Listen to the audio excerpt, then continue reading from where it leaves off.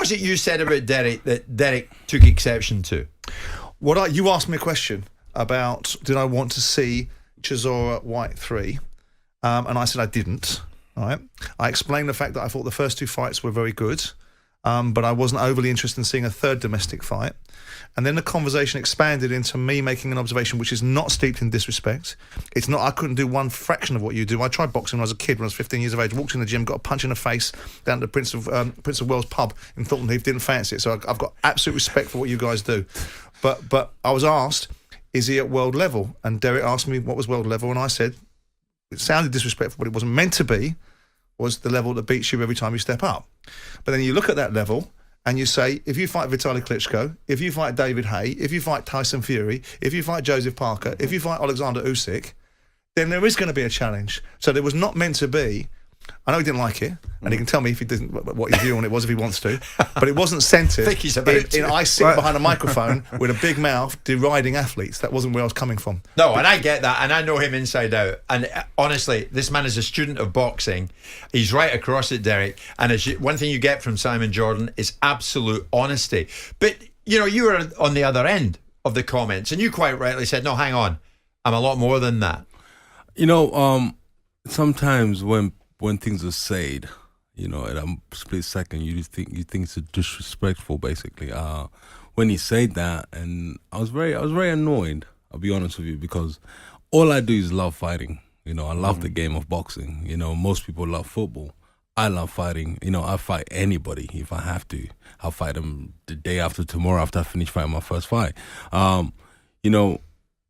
When he said that, I say I don't want to see the second one and the third one with Dylan White. I'm like, maybe you don't want to see it. Maybe other people want to see it. Everybody's got, this is why some people support Man City, some Man United. Yeah. So it's one of those things, So if you don't want to see it, you don't have to say on live radio saying you don't want to see it and then trying to poison the thing I'm trying to build up on, trying to sell tickets, you understand? Yeah. So that kind of annoyed me. If you don't want to see it, you say in your point of view, and I don't want to see it. You can whisper in your ear, basically. Not trying to say it on live television, basically. So live radio, live TV. Radio, everything. Yeah. I apologize, but that's why I was upset. I was not upset with the comments he said, but I was just upset with he's just putting that negative out there for things we trying to build as fighters out there. By you saying you don't want to see my fight, basically other fighters will be like, okay, hold on, is he going to talk about my fight now? Do you understand? That's why I was upset.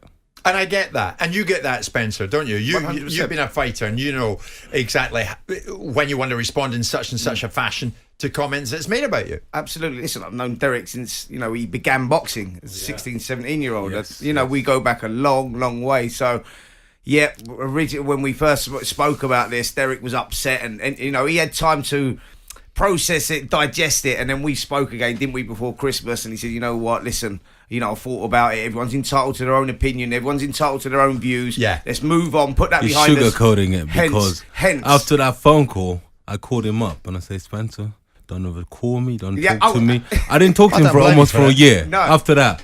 Why? Because of your association with this man? Yeah, because he called me and he set me up.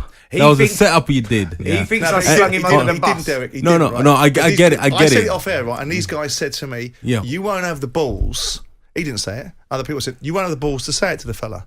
I said, well, it's not a case of balls. If someone asks me an honest question, listen, I think everybody gets a pair of balls if you're on the other side of the phone. Do you understand? Yes. Yeah. As I would. we can all be telephone tough guys. I get it. But I would have said the same thing to you in the studio, mate. No. I don't think so. At the time, I don't think so. I know. I'm 100%. You would not walk down the street and tell me if you nowhere. You ask me. No. If from you ask nowhere. me in context. Listen, I'll be honest with you. Most people, you ever realize people like when you walk in the room, they love you, they cheer for you. When you walk out, they're like, "Oh man, that guy." Do you understand? So basically, you when didn't speak to Spencer, me for nearly a year. I didn't speak to him for a year, and then I said, you know what? It's a year. It's A year. Yeah, I was like, it's a new year. And did you try to speak to him and make up? Absolutely, Yes, he did. absolutely. And do you know what? It's a year that we'll never get back. And then the final thing was just before New Year's Eve this year. Derek rang up to tell me basically that he loved me, but not in those words, but in those Yeah, similar, I called him my similar best friends. words. I love you, and I'm just want to clear the air because it's a new year. Loads of things have happened in the world, so I just want to be like,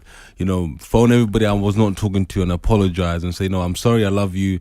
Let's just bygones be bygones. Let's just keep talking, basically. You want to try some of that, And Jimbo? do you know what? Do you know what? Off that conversation, though, we had a nice conversation, didn't we, about all the lovely people that were involved in our lives in our early days in the boxing gym. Old Ted that used to be on the Yes, door, sir. etc. It's good to hear that. Yeah. It's good to hear. Yeah. I mean, that's what life's about, Derek, isn't exactly, it? yeah. I mean, you have to. So, I mean, you're getting away with this here. You realise that? No, but you know me well enough to know that I'm not a telephone tough guy. If someone asked me a question, I sat in a studio with Hazim Rahman in America when I launched a team in America for the football team I owned. I sat across the studio and they said to me, Hazim Rahman, I said, nice to meet you. Last time I saw you, you got beat by a friend of mine like you stole something. And that was Lennox Lewis. And he looked at me and I went, are you outside of your mind? This is a 19-stone ex-heavyweight champion of the world. Why would you say such a thing? I said, because I was asked the question. Now, I don't try to be disrespectful. If I walked up to you in the street and said to you, you're a mug and you can't fight properly, then I'd expect you to have something to say to me. But if somebody asked me in the context of a conversation with you, do you think Derek Chisora is a world-class fighter? I would have said the same thing to you then on the phone as I'd say to you in the studio, which is, no, I don't. Do I think he's a fabulous fighter? Do I think he's got balls of steel and he's a credit to his industry? Yeah, I do. Do I think he should be able to fight as long as he wants? Do I think he should be able to make big money now because he didn't make it before? Yeah, I do. Thank but you those for are that. fair comments, aren't they? See that? He's putting a bit of sugar But coat Derek, on it. no, I'm not. Yeah, No, you I'm get not. it, you No, get I'm it. not. I've seen I'm it, not. Derek. I'm giving you context. But listen, No, Simon, no. while you're on this subject of money as well, this guy's earning good money now, isn't he? Good, and so he should. And he still owes me 50 quid from a bet we had. He's been moaning about. He's been bring it up moaning on about national that for radio. 2 weeks. That's why he wants you in to give him 50 quid Amir back. Khan, he picks Salita over Khan. Khan knocks him out in 20 seconds, and the guy's never paid. Are me. you serious? Derek, where do we stand on this then? We're going to take the first break, but tell me now, or actually, more to the He don't point, care, does look he? at Derek and tell him what you think of him as a fighter. You were talking to me this morning, you were saying he's It doesn't awesome, matter he's what I as think. brave It as matter- a lion. It doesn't matter what I think, it matters what he thinks, it matters what other people that want to pay to watch him fight. I think he's a tremendous fighter. I think he's done a credit for his career. I think he should now fight as long as he wants to. People that say, like Dave Caldwell, that maybe he shouldn't fight, that's his choice. That's his choice. He's earned the right to fight as long as he fair? wants. No, that's fair, 100%.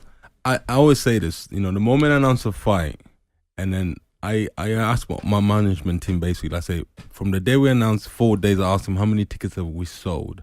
Yeah. If they tell me we're doing good, then I know I'm in the right business. If they tell me it's not really doing well, we need to do more promotion, then I know, okay, the flare's running out. But right now the flare is on light. It's firing at full cylinders. Do you understand? Good for you. Thank you very much, Good sir. for you. Yeah, because the name of the game is bums on seats. Indeed it is. You got it.